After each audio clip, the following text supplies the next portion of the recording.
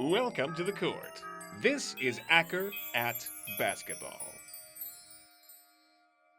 Welcome to Acker at Basketball, Season 3, Episode 6 now. I'm Curtis D. Acker. And I'm Mark Acker.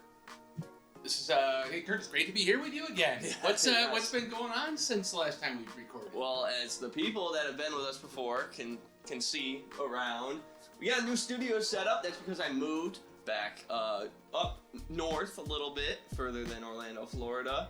And we're going to be doing the podcast permanently from this location for at least the time being. That's right. Permanently for the time being. That's perfect. Well, permanent.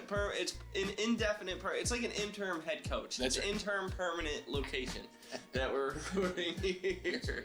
And so Father's Day just happened recently. Be sure to let us know in the comments what you did with your fathers. You might give us some good ideas for next year on stuff to do. We didn't really do a whole lot together this year for Father's Day, but we did do a little bit towards the end of the night. It was a great night, though. Yeah. Absolutely. Yeah, Curtis made an unbelievable cheesy potato soup. Unbelievable, off the charts. Got to tell some dad jokes. My wife bought me a little dad joke book, so the boys did a very gracious job of listening and actually guessing. We all got together. My mom came over too. What was the chicken one? The chicken. Why was the chicken afraid of the seance or something like that? Because you wanted to get to the other side. Yeah, no, I don't. I think the answer for that one should have been because he was afraid of the poultrygeist. Yeah, that is pretty good.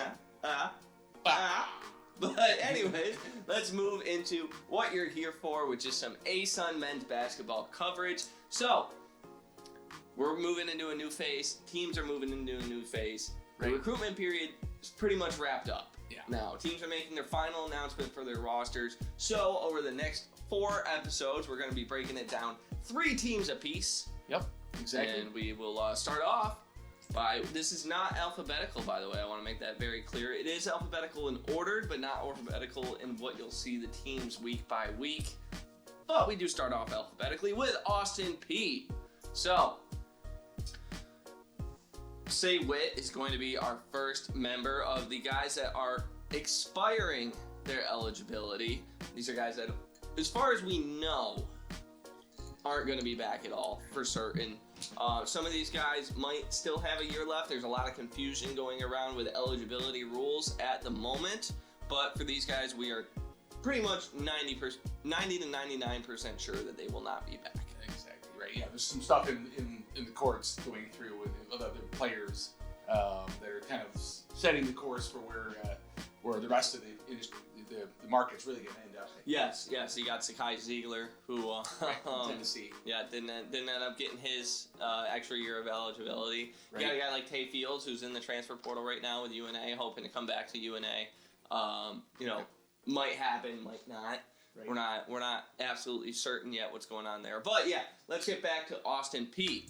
So Austin Peay is going to be losing Say Witt, the 2024 ASUN 6th Man of the Year. He had all his D1 playing time with the Govs. That was highlighted by a 30-point performance 2 Februarys ago against UNF. He started 14 of 22 games played this season in an injury-riddled year. And then the journeyman also spent time with Kansas City Community College, Lincoln, Missouri twice, with a redshirt year at Texas Rio Grande Valley in between those 2 seasons with the Blue Tigers of Lincoln. Right. Isaac Haney. Haney capped his college career by making 3rd team All-ASUN. In his 2 seasons at Clarksville, the fiery guard dropped 12.5 points, largely from 39.3% shooting from deep, while playing nearly 30 minutes per game. He also played for Missouri State his freshman season and for Coach Gibson at Northwestern State the following year. Darius Dawson is on that short list of guys that might still have a year left. Real GM has him listed as a 2026 draftee, while Verbal Commits has him as exhausting his eligibility. So we went with the latter, but if he can return, that's huge for wherever he ends up. Typically, he's a bucket-a-game getter. However, his last 4 games of the season, he outscored that, including that 24-point performance against UNF this spring, rather than 2 seasons ago, like Witt. Mikal Burries played his final college season for the Govs following 5 seasons at Lincoln Memorial Division II. He appeared in 19 contests and scored a season-high 11 points against Lipscomb on February 24th. While at LMU, Burries had a 37-point game against Alabama Huntsville, who at the time was actually coached by current Central Arkansas coach John Schulman. That's a really good nugget right there. Daniel Luce is one of those guys we know is gone for sure. He made an end-of-career post on Instagram. And with him, the Guz lose a solid defensive reserve. Big man is what I would really refer to him as. He also had 7 games this year with 4 or more points. But you can see in his 23-24 season, had those 3 steal games against UTEP and then Midway as well. Now let's transfer over to players that are also leaving Austin Peay but are transferring out to other schools. We'll start with L.J. Thomas. To say that L.J. Thomas's one season at Austin Peay was impactful, that's an understatement. The 6'2" power guard took 402 shots, that tied 7th in the ASUN last season, and had 10 20-point games. Thomas also contributed 4.5 rebounds and 3.9 assists in 31 contests. Thomas's previous 2 seasons were played in a limited role at NC State, where he came in as a 4-star recruit out of high school. Then we got Tadeo Carpenter. He did just previously commit, then decommitted from North Carolina Central. You might have remembered that earlier in the year. Now it's official. He will be bringing his talents to NC Central. There's going to be some solid bench scoring coming from this guy for a guy that I think is trying to work his way into that starting 5. That's at least where he was kind of at the end of last year with the Governors. He had 4 games in scoring double digits last season, and with Moberly College, who won the Region 16 championship, which is JUCO, and he had 20-plus point games 8 times that season. Well-traveled Achille Evans, 4th team in as many seasons, was limited due to an off-season injury. Ended up playing only 19 contests last season, including 7 starts. He had a season-high 11.4 rebound, 2 assist game in the Govs' quarterfinal loss to North Alabama. Evans was also on the regional champ Moberly team with teammate Tadeo Carpenter prior to last season, and heads to Division II Lenoir Rhine this fall. And then you got Javar Daniel, another versatile big man who's leaving Clarksville. He didn't really take that leap maybe some expected coming into his 2nd year in the ASUN. However, he did put up a season-high 8 points, 11 rebounds in one of those 3 starts that he had. That was on the road against Moorhead State in November of 2024. And even though he transferred out, you'll still see him a lot here on Acker basketball as he went to 2nd-year ASUN team, West Georgia. Bowen Hammer appeared in 11 games as a true freshman in Clarksville. The 2-time Utah All-State selection will be attending JUCO Region 18 Snow College back in his home state. And Bowen Hammer, how about that? We'll have a little tease here for over the summer here. We'll do a little name draft competition. I'm looking forward to that. I hope you are as well. That'll be a lot of fun. Maybe send in some dark horse picks for us as well. That would be fun. But yeah, they'll be all guys that are ASUN guys for the 2025 season. Too bad Bowen's leaving. Yeah, exactly. That would have been a good Hammer. Exactly. I like that at least personally. So let's transfer in now to the transfer ins. That's as Bowen Hammer wraps up the guys we expect to be gone. Let's move into the new boys bleeding red. Matt Enright comes in from Division II. That's University of Missouri St. Louis. He spent 3 seasons with the Tritons. Those last 2, he was actually a member of the Great Lakes Valley Conference All-First Team. He averaged 17 points last year while shooting 45% from beyond the arc. Jordan Logan comes to the Govs after 2 seasons of JUCO ball. Last season at Mineral Area College, the 6'8" forward had 10 double-digit scoring games and 3 double-doubles, earning a 2nd-team All-Conference. Logan plays a direct physical inside-out game. He committed to Peay back in February, but is yet to complete his signing on. Yeah, it's interesting to see what's going to happen with him there. Yep. Rashad Marshall, who's a 4-star recruit by ESPN, 24/7 Sports, and Rivaled Standards, comes from the 2023 class. He's also on that long list of incoming transfers for the Governors. Spent his freshman year getting Power 5 experience with Ole Miss before heading to the Sun Belt Conference to play with the Red Wolves. He had 16 to 35 games played that he started, 17 and a half minutes a night, just about. 12 games with 7+ rebounds, and half of those being double digits in number. So Rashard Marshall is going to be a dominant force on the boards in the ASUN. Speaking kind of the same way, Creighton Morsch, after 4 seasons playing in Iowa at the NAIA, JUCO, and the last 2 at Division II levels, center Creighton Morsch joins Austin Peay for his graduate season. Morsch had 24 double-doubles last season, including a 2010 triple-double banger in February. His performance earned him first-team All-Conference and Defensive Player of the Year honors. Morris thrives offensively with his back to the basket, so look for him to fill some of that stay-wit kind of role that he played for Peay previously. That's some good analysis right there. 4-year award winner, NAIA athlete from Columbia College in Missouri, Colin Parker is that next player that's joining the Austin Peay. Well decorated. AMC Player of the Year the past 2 seasons. All in AMC first team the past 3 seasons. AMC All Defensive Team last year. He was an NAIA All American second team member. He was third team the year before. And he's the conference's all-time leading scorer leaving. So coming in as a graduate with 1 year left, Colin Parker is going to be great. And then finally, Travis Terrain, 6'7" wing, enters his sophomore season after one successful campaign at Panola College. Terrain helped lead Panola's NJCAA Final Four run with a 9.3 point and 5 rebound average, and demonstrates an all-around game with assists, steals, block shots. Look for Terrain to be used in numerous matchup scenarios given the versatility he possesses in his game. Right. Now let's move into the freshmen. We got 3-star prospect Zyree Collins, the St. Mary's St. Louis Star last year. Averaged 32 points per game, 5.5 rebounds per game, and 5.1 assists on 53% shooting from the field. He also had 2.7 steals per game over the course of his entire high school career. Also, just quick side note, that's one of the coolest high school logos I've seen. I think I have a thing for dragons. So if you want us, maybe we'll even do a logo draft if you want. Maybe we can take some all the guys that are in the conference, and we'll take their high schools and we'll draft maybe like a top 5 team, a starting 5 for all those logos. If that's something else you're interested in, be sure to let us know in the comments below. But let's move back into our freshman list here. Right, so, next up, Ja'Cory Robinson, 6'6" guard. Robinson is well decorated as a 3-star recruit, was Kansas Max Preps Player of the Year, and Kansas's number 4 recruit among the highlights of his high school career.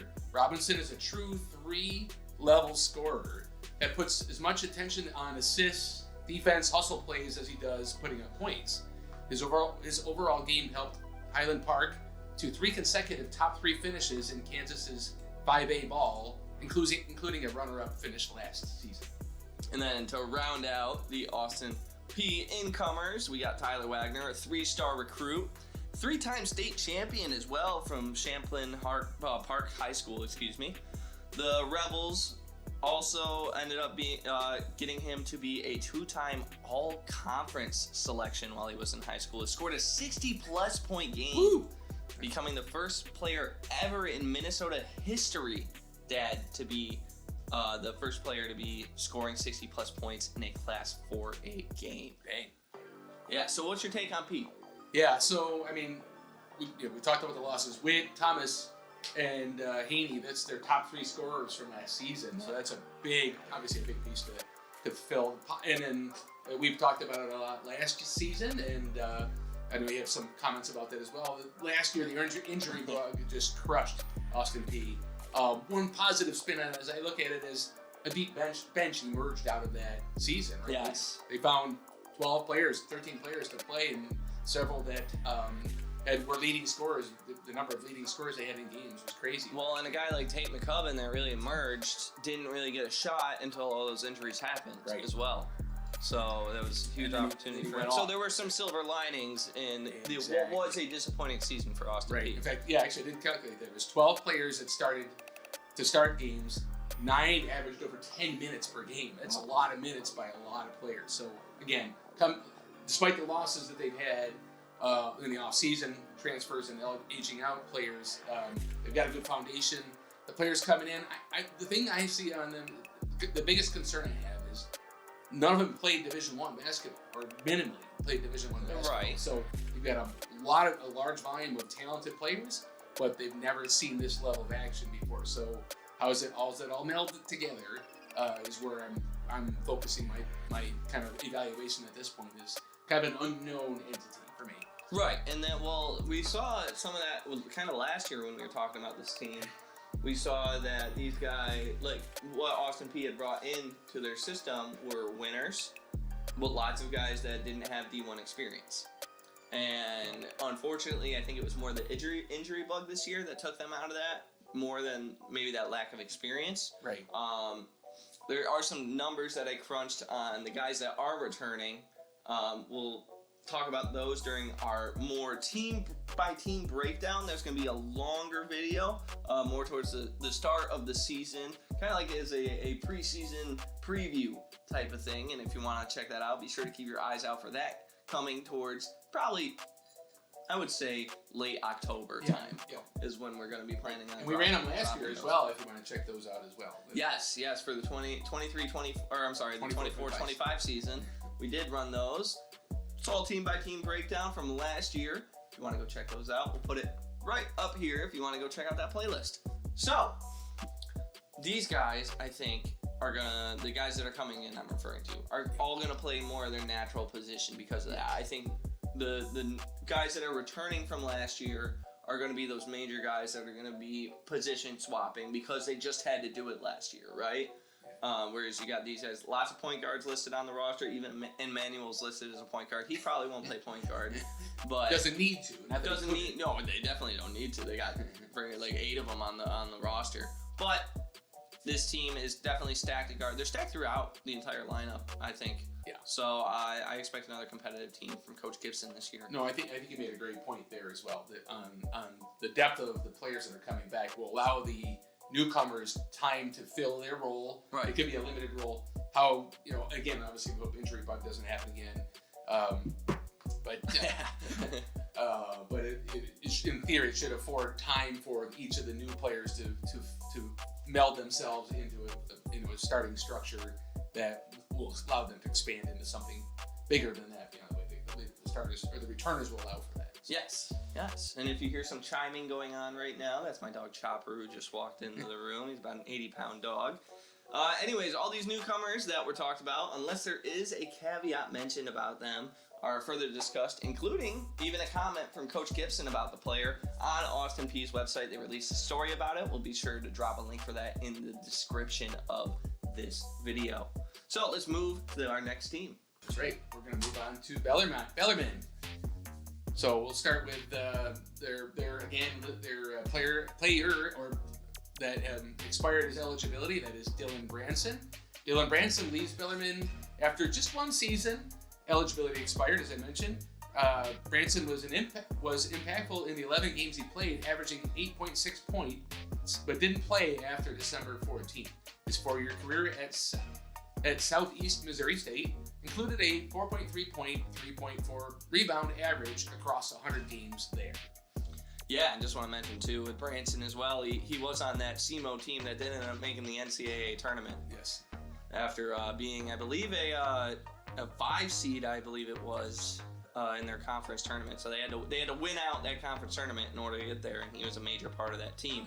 Another huge loss, loss is now for this Bellarmine team, is Billy Smith moving to Tennessee to join the Mocs after 2 seasons with the Knights and 1 with Miami, Ohio, which is where he's from, actually, Ohio. It's disappointing for Bellarmine because he was arguably the brightest spot for this team last season. 14 points per game, 39% from deep, only missed 2 of his 39 shots at the line. Possibly even got robbed as an ASUN team member, in my opinion. Agreed. Losing Ben Johnson means losing 28.5 minutes, a 12.2 point average, and 469 3-point shots over the last 3 seasons. The 2021 Kentucky Mr. Basketball heads north to the Vermont Catamounts, following an injury-shortened season limiting him to 18 games last year. Yeah, it was unfortunate to see what happened to Johnson. I thought he was going to be one of the better players in the conference. Exactly. Another big loss on the depth perspective is Landon Acker. After improving in nearly every statistical category, Acker is making the move to Division II with MSU Moorhead. Since redshirting in 21-22, Acker steadily grew his role at Bellarmine, starting 6 games this past season and knocking down threes at a 40% career clip. Desmond McKinney leaves the Knights following 2 seasons in a supporting role. McKinney appeared in 52 games, averaging 4.8 points, 2.4 rebounds, and 1.2 assists. What may be most impressive for this 6-footer is 7 block shots, which, coupled with his rebounding and ability, demonstrates what McKinney actually brings to the game beyond scoring. McKinney previously played 2 seasons at North Dakota State. Yeah, one of those guys that's still available too. You'll see on this next page, there's a lot of those guys as well. One of them being Kurt Hopp. So he's one of those unfortunate scenarios where a player shows strong during his opening season, but then the role kind of dwindles. But don't let that fool you. After missing a season with injury, he responded with 26 starts, scoring about 5 points on 20 minutes a night. Hopp was a part of that 2022 ASUN freshman team. That's why I said he had a good, strong opening season. And as of today, he remains in the transfer portal with a year of eligibility left. Guard AJ Lux played 1 season for Bellarmine following a redshirt season. Lux appeared in 23 games last season and had a 3.3 point and 2.2 rebound stat line, mostly contributing from behind the arc, hitting at a 34% rate. A season highlight is AJ's 9.6 rebound performance in a January contest against Stetson. Lux is currently not committed to a school for the upcoming season. Yeah, the only former Knight from this page to actually have announced their new home is Zach Reed, who will be going to Division II for his junior season with the Cougars. In 39 minutes of action over the past 2 seasons with Bellarmine, he hit 6 of his 11 3-point shots, which is greater than 50%, obviously in limited time. He had 25 points per 40 minutes, which is a fantastic number. However, kind of like with those 3-point shots, you got to take it with a grain of salt due to that limited role that he had. Right. Center, Bailey Temming, redshirted his only season at Bellarmine. The Ohio native's high school career included all Southwest Ohio Division II first team and GCL Co-Ed Player of the Year honors. Temming is currently evaluating options for next season. Yeah, another one of those guys for Bellarmine currently workshopping everything. Guys that have made a decision, though, are these guys. Darius Bolden now heads to Louisville. He makes a rare jump from Division III basketball. He started the first 17 games he played last year for Stevens Point, Wisconsin Stevens Point. The Pointers fell out of the starting rotation for 5 games, but then edged himself back into it for the final 5 of the season. He had 10 points per game over last year, also just over 5 rebounds per contest, despite only being listed at 6'1". Love guys that can do that. That's fantastic. Junior forward Donnie Hunter comes over from 2 seasons at Kent State as a role player. Hunter generates most of his offense from the 3-point line. You can see our earlier breakdown of Hunter on our social pages. Here? Somewhere up in the right. It's over there. Up over here. Over here. Zach Eady, Brian Waddell is one of those guys that got the fortunate chance to play with him in that time that he spent at Purdue, along with Braden Smith and Jaden Ivey. So 4 seasons that Waddell spent at Purdue. Now, he's not in the same echelon as those names, but he's got some sharp shooting and playmaking ability. 2 5-point performances this past season. We talked more about him along with Hunter on the same podcast episode, actually. So once again, you can check out our social pages for that. We also post those highlights on our social pages, or you can check it out once again right up here. Great. Michael Wilson Jr. He's not the wild thing of Harlem Globetrotters fame. You might want to look that up. This high motor Wilson does not like to shoot the rock. Nah. He does like to shoot. He does like to shoot the rock, chucking it up over 13 times per game.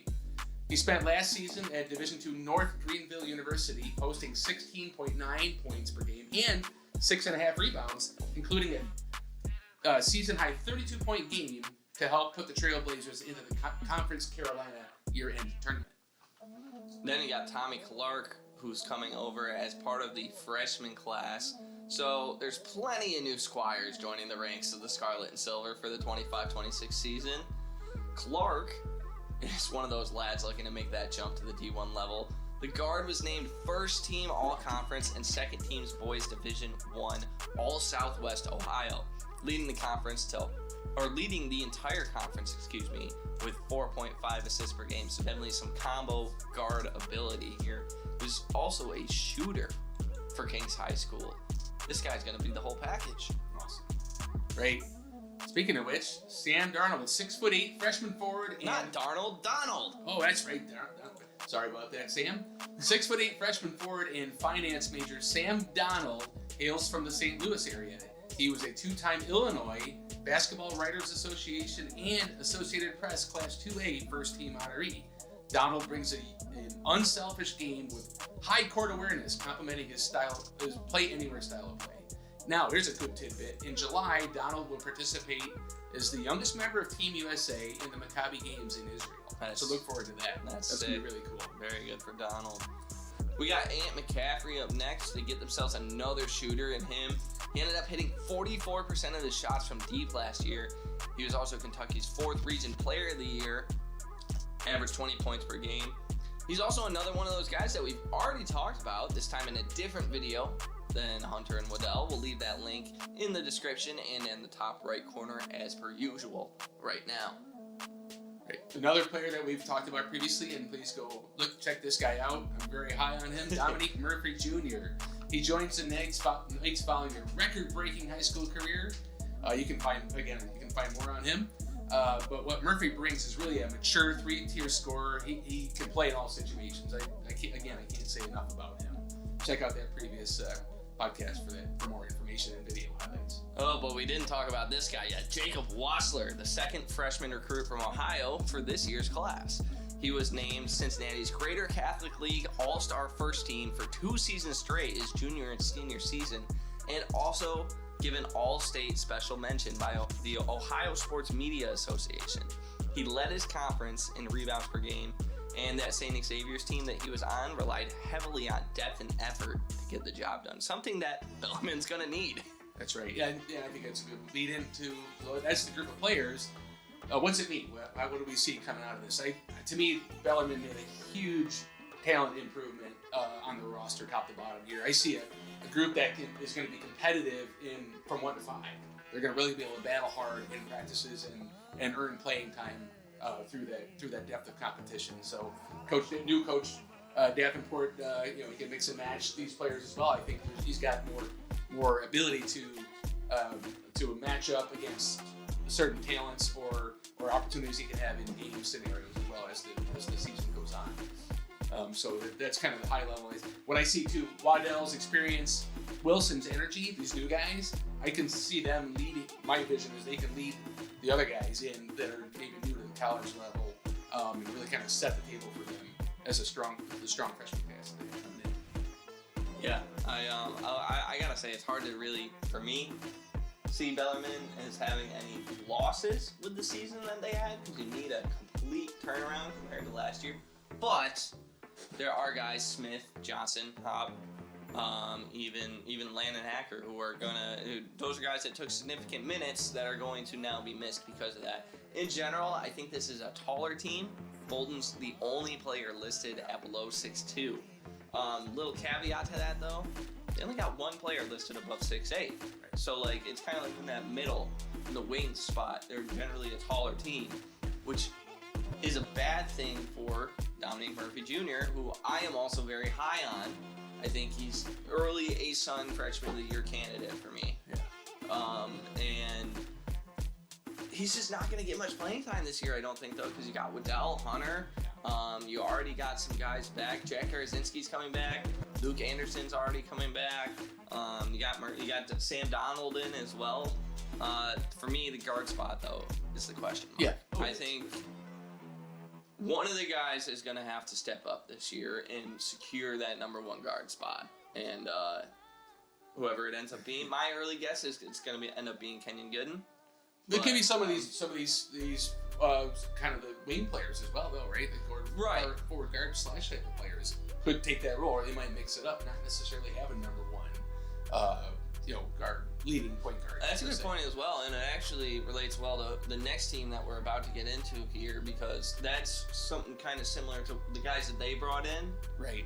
In their freshman class, right. But before we do that, anyone want to take a prediction of an upset by Bellarmine over Kentucky on December 23rd? Oh, good question. You know what? I'll ride with it. I'm putting 50 cents down on Bellarmine right now. There we go. Gonna gain a whole. Actually, it would probably gain like $25. If you put 50 cents down on it. Yeah. So there's a game to look forward to if you're looking at the calendar already, which hopefully you are, as basketball fans tend to like to do. Yes. So. And hopefully that one will not be a typical 90 to 50 game like most ASUN versus Power 5 games are. But there are a few wins every now and then. Like how North Florida had a couple years, or a couple last games year. Last year, right? Yes. Yep. Cool. All right. So let's now we're going to move into our next team, Lipscomb. Again, we'll start with players that have expired their eligibility. We'll start with Will Pruitt. Will Pruitt graduates. That's what I wrote. What more needs to be said about a man with 125 starts, 1,145 points, 728 rebounds, 368 assists in his 4 seasons at Lipscomb? Would not surprise me at all to see Will Pruitt come back as a coach someday in the future. That's what I see with him. What a great player and a great loss for the team, but good for him for moving on. Yeah, then you got Joe Anderson, who started all 67 games he played under Coach Acker. Spent 3 years with Furman, including the year that they upset Virginia in the first round of the NCAA tournament, although he himself did not play in that game. He led the conference in steals the past 2 seasons. That's the ASUN. Had 31 games with 10-plus points, 25 games with 3 or more steals, and 2 7-steal games last January against Jacksonville and Central Arkansas. Both wins. Great. Giassi Powell started all 27 games he played in his lone season with the league champion Bisons. Powell averaged a career-high 11.8 points and 3.9 rebounds in his games. Powell played 3 seasons for his hometown Jacksonville Dolphins prior to joining Lipscomb, culminating with his lone NCAA tournament game in April, in which he scored 11 points in their loss against Iowa State. And then the last member they're losing is a huge part of the heart of the team, Jack Ingold. He was limited over the course of his Lipscomb career, but he started out as a manager for 2 seasons. He did see action in 15 games this past year, averaging just about 2.5 points. And little just caveat for Ingold here, a little extra sauce for him. Since 5th grade, he wanted to play for Lipscomb, worked his way into being dressed as a junior. There's a touching video where he finds out he receives a full scholarship for this year. We'll leave a link to that video in the description. It's incredibly well done, and it's very touching. Yeah, it says just says everything it needs to say about Jack Ingold, yes. And the team for that matter. Yes. Yep. All right, so that's aging out. Let's move into players that are moving on to other teams once again. And we're going to start with a young man named Jacob Ignacevich, the ASUN Conference Player of the Year. Who's that guy? After he had a dominating comeback season for his senior year last year. Injury wiped out his junior year, but didn't stop him, J.O., from scoring 20 points per game, including topping 30 5 times. He made 57.5% of his field goals and chipped in 8 rebounds per game, only add to the amazing season he had. Ignacevich joins Big Ten's Wisconsin Badgers next fall. Maybe you've heard of them. Yeah, he's from Wisconsin too. Yeah. So he's getting to go join down his main hometown team. That's fantastic. Great for him, exactly. Another guy leaving, joining actually longtime Lipscomb head coach Lenny Acuff in his move to Samford. That's Dylan Faulkner. He cut this season short due to injury, unfortunately, but he was off to a hot start. 15 games, 13 starts, 11 points per game, 61% from the field, nearly a block and a half a night. This guy was absolutely buzzing. That synergy with Acuff's system should translate nicely for the Bulldogs. And I imagine if he was around, they would have won an NCAA tournament game. Just going to say that, exactly. Fantastic thought. Yep. We never think alike on the show. Rylan Haug, he would be joining Division II's Carson Newman following 3 seasons with the Bisons. Haug played in 51 games, making over 52% of his shots and 40% from 3. He scored a career-high 11 points against North Florida 2 seasons ago. I personally think that his favorite TV show is SpongeBob SquarePants. I thought that was pretty cool. Wow, that sounded like a goat. It did sound like a goat. Not the best SpongeBob impersonation.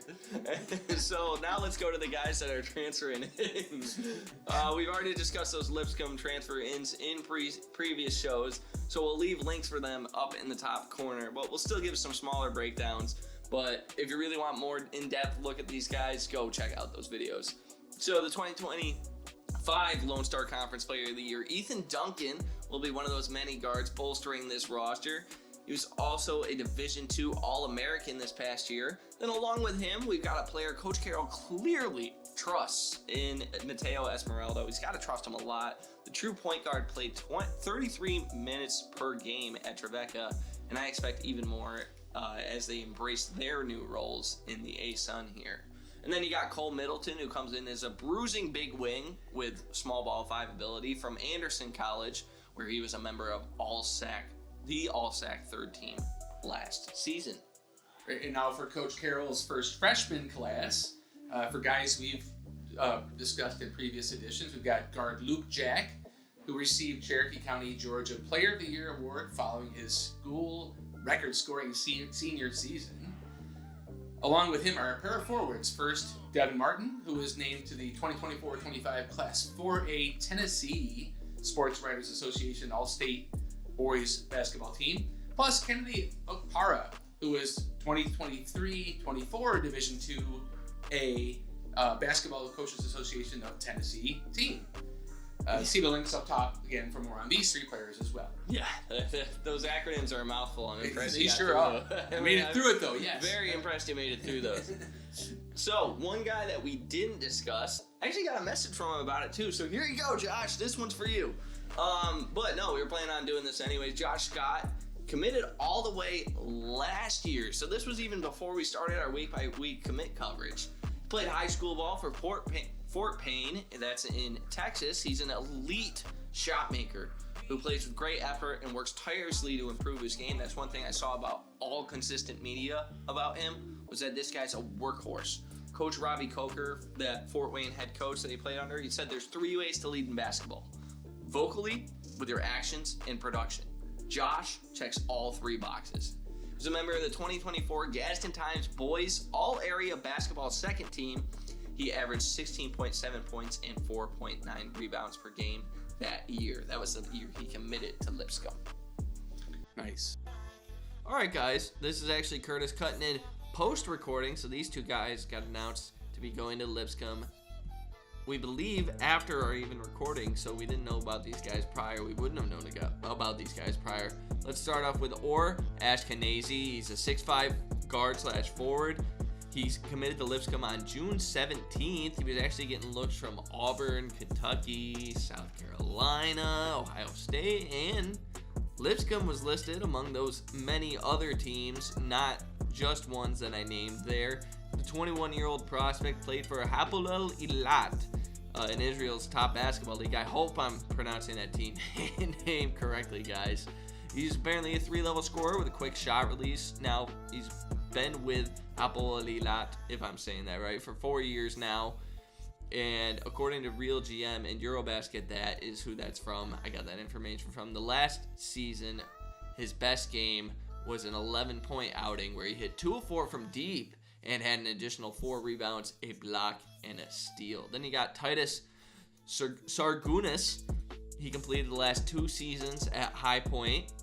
He was named a Big South's all-freshman team in the 23-24 season. Appeared in 34 games that year. His career, he hit 25 of 27 free throws. 92% is what that is, guys. Career high 13-point, 4 rebound, 2 assist game against Presbyterian. That's the Blue Hose on the 3rd of February in 2024. He struggled to find a shot last season, apparently. Played in only 13 games as the team made the NCAA tournament. So let's break this down again. Similar for me to Austin Peay, even though Lipscomb lost so much starting talent, all the playing time that the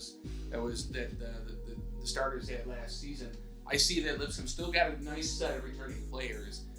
When I think that'll allow the new guys, like from the guard perspective, Duncan and Esmeralda, they're gonna jump in right away and be significant parts. But they don't have to do everything. They're not gonna need. They shouldn't expect to need to play 30 minutes a game, of course, unless they earn it. Well, Ethan Duncan kind of can't do everything. He can, right? I'm saying he doesn't need to from a team roster perspective. No, that's true.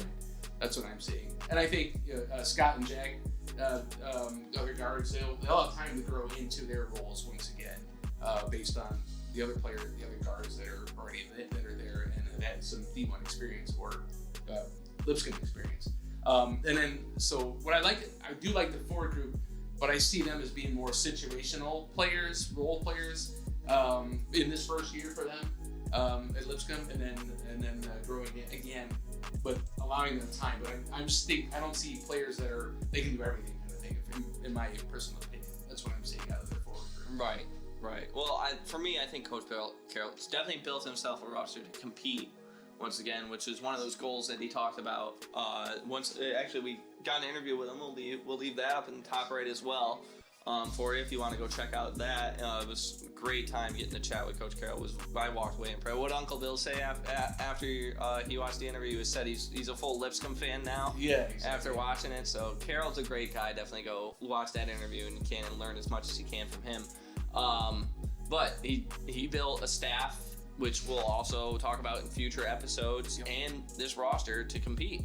And he did so by retaining 7 players on this year's roster. 8 if you count Scott as well, because he was technically already going to be. He was an A-Cup recruit, right? Yeah, he was an A-Cup recruit that chose to stick it out. There's mobile, quick-footed big men on the team, which I love.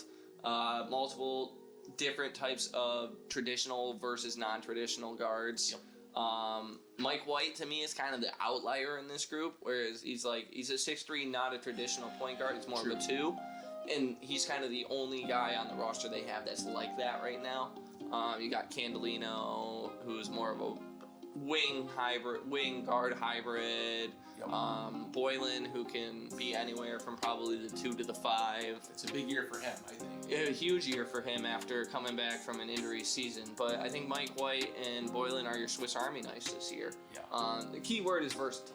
This roster is completely versatile. The reason why I talked about Lipscomb a little bit, gave that tease for Lipscomb, is Scott and Luke Jack are both 6'6" guards. Yes.